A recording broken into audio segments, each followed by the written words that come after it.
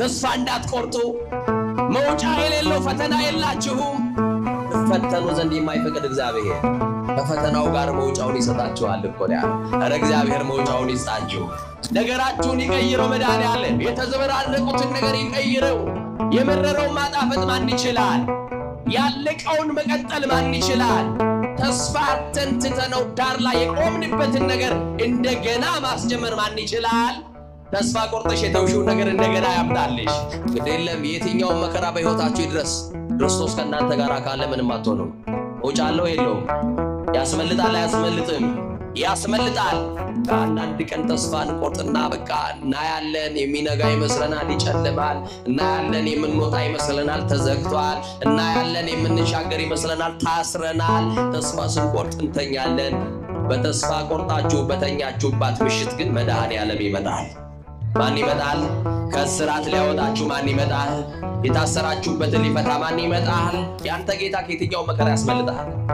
ያንቺ አባት መድኃኔዓለም ዘውትር ጠዋት ማታ እንባሽ የምታረግፊበት የኔ ጌታ የኔ ወዳጅ የምትዩ ማይዜ ተመጽ ስትዩ በታሰሽ ጊዜ ሊያስፈታሽ ይመጣል። የትኛውን በር ይቆለፍብን ማን መክፈት ይችላል? የትኛውን በር ይዘጋ ማን መክፈት ይችላል?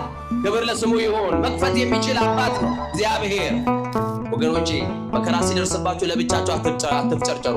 ኑ ወደ ቤተ ክርስቲያን ኑ፣ ሰላም ልክ ይበሉልኝ፣ በቅዳሴ ላይ ስሜን አንሱልኝ፣ ይጠራልኝ። እግዚአብሔር ነገሬን ይፈታ ከሆነ በእናንተ በካህናት ጸሎት እግዚአብሔር ነገሬን ይቀይረው ከሆነ ብላችሁ ጸሎት ማስያዝ ነው። ተስፋ ቆርጠን በር ዘግተን የበጠበጥነው መርዝ ሞታችንን ተመኝተን መርዝ ልንጠጣ በር ዘግተን የመርዙን ብልቃት ከእጃችን ላይ ደፍቶ አንተ ገና በሕይወት ትቆማለህ። ገና ያንቺ ሕይወት ያንቺ ኑሮ ከፊት ለፊት የሚስተካከል ነው።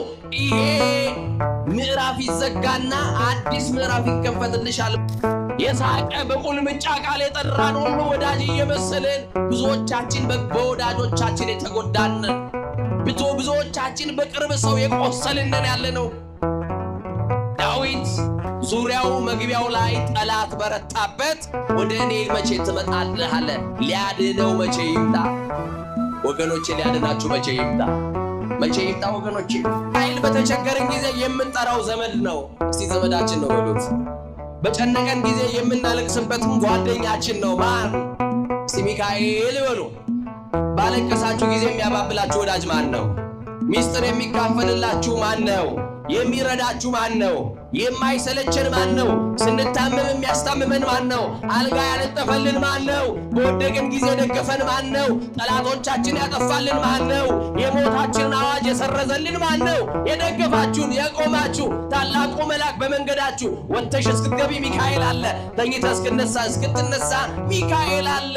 ሚካኤል የሌለበት ሕይወት የለን። በደንብ አድርጋችሁ አመስግኑ። ወልዳችሁ ያልሳማችሁ፣ አቅፋችሁ ያላጠባችሁ፣ ልመና ውስጥ ያላችሁ፣ በትዳር ውስጥ የሆነ ነገር የጎደላችሁ፣ ሁሉ ነገር ሞልቶላችሁ ጤና የጎደላችሁ ሚካኤል ሲመጣ የጤናውን በር ይከፍትልሃል። አመስግነው። እሱ ሲመጣ የማይከፈት በሮች የለም። ምድርና ሰማይ ሳይዘረጋ አመልማላትም ሳይበቅሉ የየብስም ፊት